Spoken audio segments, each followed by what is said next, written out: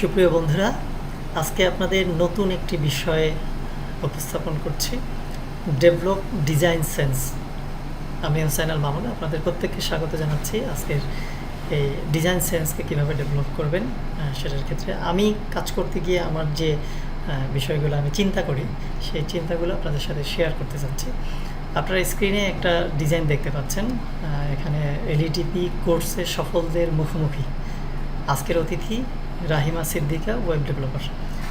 এই ডিজাইনটা আমার কাছে ভালো লেগেছে, আপনাদের কাছে ভালো লেগেছে কতটুকু এটা বিচারের বিষয় আপনাদের কাছে।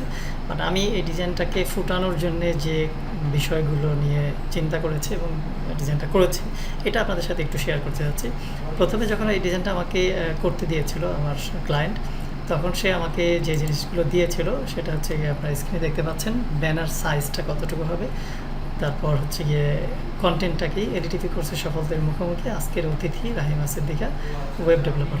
আমি ঠিক এই কন্টেন্টটুকু পাওয়ার পরেই আমি শুরু করেছি এবং সেখানে কয়েকটা বিষয় আমি যখন দেখলাম যে এখানে এলইডিপি কোর্সে সফলদের মুখোমুখি, তো এখানে এলইডিপি কোর্সটা কি এটা ফার্স্টেই যখন আমি করতে গেছি যে এটা লার্নিং আর্নিং ডেভেলপমেন্ট প্রজেক্ট।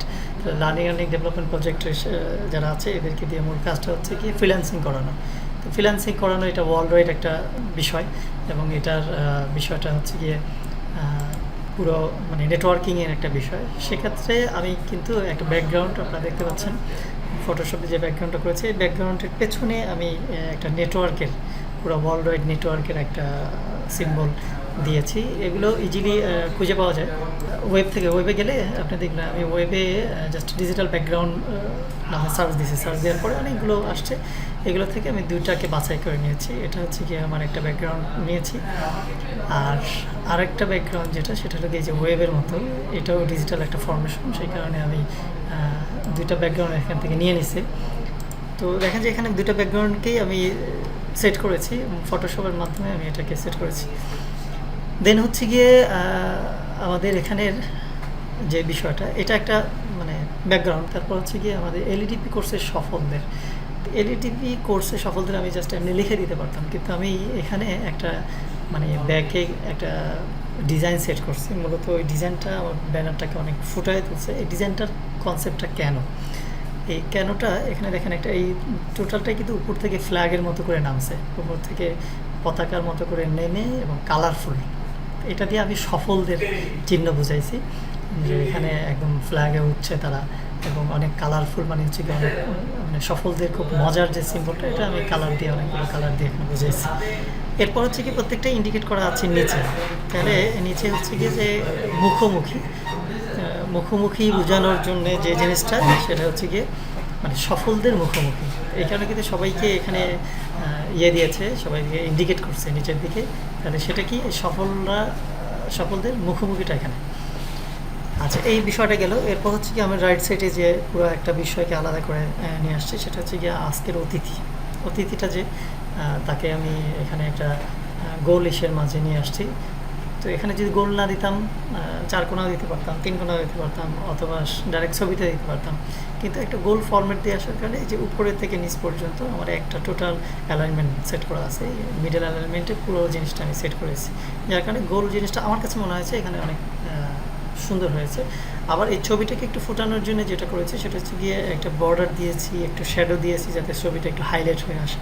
আমি কিন্তু টোটাল সাদার উপরেই করেছি, পেছনেও সাদা, এখানেও সব কিছু সাদা, মাঝখানে একটা হালকা মাঝখানে একটা কালো শ্যাডো দেওয়ার কারণে ছবিটা প্রফেশনালি আলাদা ফুটে আসছে।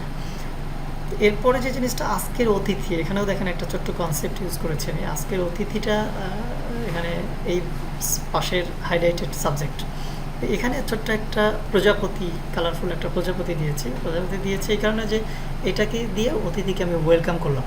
তাহলে অতিথিকে যে ওয়েলকাম করে নিয়ে আসলাম, এটা একটা ছোট্ট সিম্বল দেওয়ার কারণেই কিন্তু হয়ে গেছে। আবার এইটা আমার ডিজাইনটাকেও ফুটাই তুলছে। ঠিক আরেকটা জিনিস খেয়াল করতে হবে, সেটা হলো গিয়ে আমাদের টোটাল জিনিসগুলোর মাঝে টেক্সট ডেকোরেশন যেটা, এটা একটা ডিজাইনের ক্ষেত্রে ভাইটাল ফ্যাক্ট। তো তো এখানে দেখেন আমি রাহিমা সিদ্দিকা নামটাকে একটু বড় টেক্সট দিয়ে, ওয়েব ডেভেলপার তার পরিচয়টাকে একটু ছোট টেক্সট দিয়েছি, যার কারণে দেখা যাচ্ছে যে রাহিমাটার নামটা একটু ফুটে উঠছে। এর থেকেও আরেকটু বড় করে দিয়েছি আজকের অতিথি। তাহলে আমার সাবজেক্টের ধারাবাহিকতা হচ্ছে আজকের অতিথি, তারপর রাহিমা সিদ্দিকা, তারপর তার পরিচয়। তো এই মোটামুটি। আর এখানে যে মুখোমুখি, এটা যেহেতু আমার একদম এই পুরো ব্যানারটার মাস্টার সাবজেক্ট, সেই হিসাবে পুরো ব্যানারটার এই মুখোমুখি শব্দটাকে ফুটানোর জন্য আমি একটা ব্যাকগ্রাউন্ডে একটা স্ট্রোক দিয়ে ওইটাকে হাইলাইট করে নিয়েছি। তো এটাকে অন্য কালারও দেওয়া যেত, বাট এই কালারটা দেখা যাচ্ছে যে এদিকের কালারের সাথে এই যে মানে অন্য কালারের সাথে মিলেছে, এবং এই কালারটা মূলত হচ্ছে গিয়ে মানে খুশির কালার, লালচে জাতীয় কালার। এগুলো আমরা খুশির কালার হিসেবে ব্যবহার করি। আচ্ছা, আমি যে মানে ফ্ল্যাগের মতো যে জিনিসটা ইউজ করলাম আর এই যে প্রজাপতির মতো ইউজ করলাম, এই দুটাই কিন্তু ভেক্টর গ্রাফিক্স। এই ভেক্টর গ্রাফিক্সটা খুব ইজিলি আপনারা পাবেন freepik.com-এ। এখান থেকে নিয়ে আপনারা এটা ইউজ করতে পারেন খুব সহজেই। কারণ হচ্ছে কি, এটা যদি বানাইতে চান অনেক সময় সাপেক্ষ ব্যাপার, এটা বানানোটা অনেক ঝামেলারও। তো সেক্ষেত্রে এই ছিল মোটামুটি কনসেপ্ট। এরকম মানে যখন আমরা কাজ করতে যাই, তখন কাজগুলোকে সুন্দর করার জন্য এই জাতীয় কিছু ডিফারেন্ট কনসেপ্টকে আমরা এস্টাবলিশ করতে পারলে যে কোনো কাজ খুব সহজেই সুন্দর হয়ে ওঠে এবং প্রফেশনালি হয়ে ওঠে। সবসময় খেয়াল রাখতে হবে যে জিনিসটা আমার কাছে মনে হয় আমি খেয়াল রাখি, সেটা হচ্ছে গিয়ে আমার প্রত্যেকটা সাবজেক্ট আলাদা আলাদা করে ফোকাসে চলে আসে। তারপরে আরও অনেক সুন্দর সুন্দর কনসেপ্ট আপনাদের থাকতে পারে।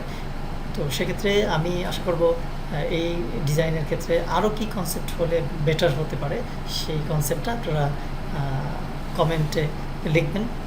এবং আমি শুরু করেছি কনসেপ্ট নিয়ে, এটা ফার্স্ট পর্ব। আশা করছি পরবর্তীতে আরও অনেকগুলো পর্ব হবে।